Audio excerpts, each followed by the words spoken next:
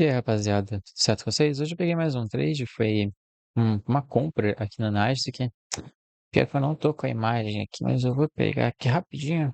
Eu sempre coloco no Stories do Instagram, no grupo do WhatsApp. Vocês têm como ver os Stories aqui. Basicamente, foi uma compra aqui no Nasdaq que eu consegui pegar aqui. Deixa eu mostrar para vocês. O print, né? Que é o mais importante.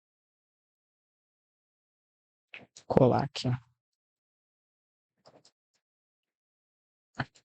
Fui eu que peguei, o trades, tá? Esse aqui é o meu Instagram, inclusive. Compra, olha só. Ginásio que o S100, que o teu PF te amou, então é o S. Mas foi uma compra aqui. E como é que foi essa compra? Essa compra foi lá no time frame, seguindo um modelo bem clean. Já tava um spoiler ali na imagem, né? Mas o cenário que a gente tinha para hoje é sexta-feira, tá?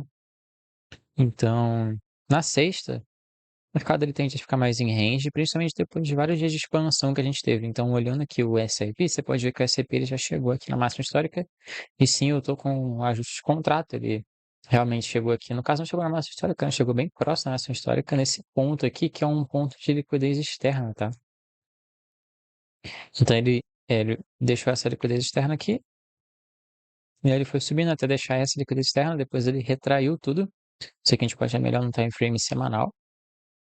Retraiu aqui até uma região de discount, né?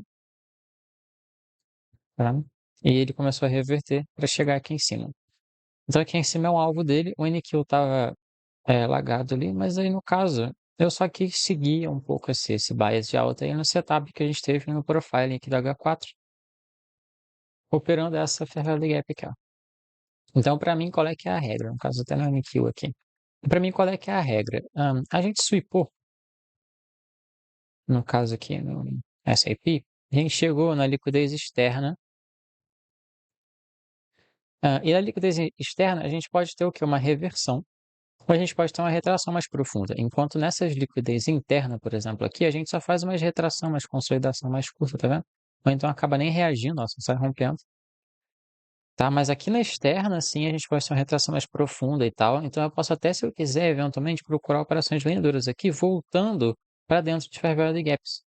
Se chegar aqui no diário e eu ver uma Fair Value Gap, por exemplo, aqui, eu posso até, para a próxima semana e tal, é, querer que ele volte para cá. Porém, tem uma regra. Quando ele faz o sweep de uma região de liquidez externa para mim, ele tem que fazer de novo um outro sweep nesse topo que ele fez aqui, para aí sim eu começar a buscar a liquidez interna do range. Então, se esse aqui é um range do diário, eu quero que ele faça um sweep, depois que ele sweep de novo, para voltar para poder buscar a liquidez interna. Que seria justamente aqui, ó. Essa aqui seria uma liquidez interna bem válida aqui, para esse setup. Porém, aqui no momento, no dia, a gente tinha aberto o candle diário aqui, ó, às 18, a gente fez um sweep, então a gente colocou um swing high e ignora esse candle aqui, porque esse candle não importa. Esse candle aqui que está colocando o swing high, então isso aqui é um topo, tá? E um topo só aqui, eu não considero para reversão. Como eu falei, precisa ter dois sweeps na liquidez externa para eu poder operar. Deixa eu ver se tem algum exemplo aqui. É porque depende do range, né? Mas aqui, isso aqui é um bom exemplo, ó. Eu só posso começar a pensar em operar aqui, que eu já nem ia considerar tanto, porque seria, no caso, aqui, ó, aqui é melhor. A gente tem essa liquidez externa aqui, ó, tá vendo? Esse aqui é um exemplo melhor, né? Quando o mercado ele chega assim nas liquidez externa do range, eu preciso vai fazer dois sweeps. Aí, no caso, ele faz um sweep aqui, e depois eu espero ele fazer outro sweep, para aí sim poder operar para lá. Então, tem oportunidade de operar nessa parte da manipulação, quanto nessa parte da manipulação, na distribuição. Voltando para a liquidez interna, né? Nesse caso, eu aproveitei o quê? Essa movimentaçãozinha de alta aqui, dessa liquidez externa, operando um outro range, que nesse caso seria o range aqui do próprio H4. Porque como eu tenho que fazer o segundo sweep aqui, eu posso muito bem pegar essa alta aqui se eu estiver me baseando. Então aqui eu tinha um framework, né? De IRL para RL. E aí eu peguei essa comprinha aqui no time frame. Isso é um range bem estruturado, como você pode ver aqui pela H4. Nossa, ele veio, fez a retração curta, já expandiu, aqui ele veio, fez a retração curta, já expandiu de novo. Aí eu fiquei observando o desenvolvimento desse candle aqui das 6 horas. Ele fez o sweep aqui, tá vendo? Fechou assim, swing low, então eu poderia muito bem ir lá para o swing high e meu alvo máximo seria lá. Então no lower time frame, se a gente voltar aqui no tempo, vai estar bem mais clean, né? Então eu peguei meu trade mais ou menos aqui no 9h30. Aqui nesse time frame, deixa eu ver se eu consigo puxar aqui para vocês. Acho que dá. Olha como é que tava o candle diário, né? Então eu tava mirando na própria máxima dele. E esse candle atual aqui de 4 horas. Ele ainda tava um candle que ele tinha feito uma mínima. Ele fez essa mínima aqui, se eu não me engano, teve até SMT nessa mínima. Para formar a mínima do candle, eu tô aqui no SIP. Teve SMT ali com IM, tá vendo? Mas teve até SMT dentro dessa Fair Value Gap. Então eu tava, né, apto aí para poder operar para cima. Então esse setup aqui todo bem clean, né?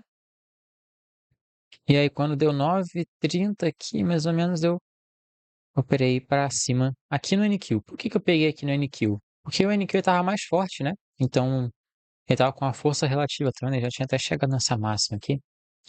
E ele estava se distanciando mais, demonstrando mais intensidade para cima.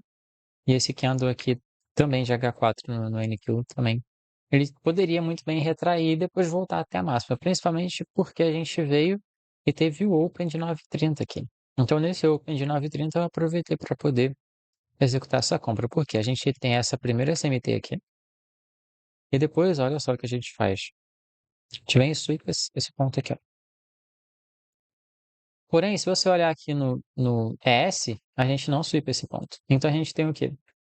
Uma Tuesday da SMT. A gente acabou trocando força com ES. Aí, olhando aqui agora, seria até mais interessante operar o SIP, né? Até lá em cima. Porém, eu já estava aqui no Nasdaq, eu decidi executar o Nasdaq mesmo. Então, mais ou menos por aqui, quando abrir esse próximo candle, que eu executei uma operação compradora, mais ou menos dessa forma aqui, tá? Se não me engano, foi isso.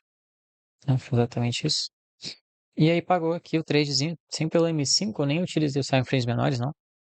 Aqui direto pelo M5 já, em busca dessa máxima aqui. E aí, como você pode ver, o preço ele bateu ali perfeitamente. Eu deixei eu estar protegido abaixo dessa mínima, porque se ele começar a romper aqui, ele vai embora, né? Não tem nem por que segurar mais.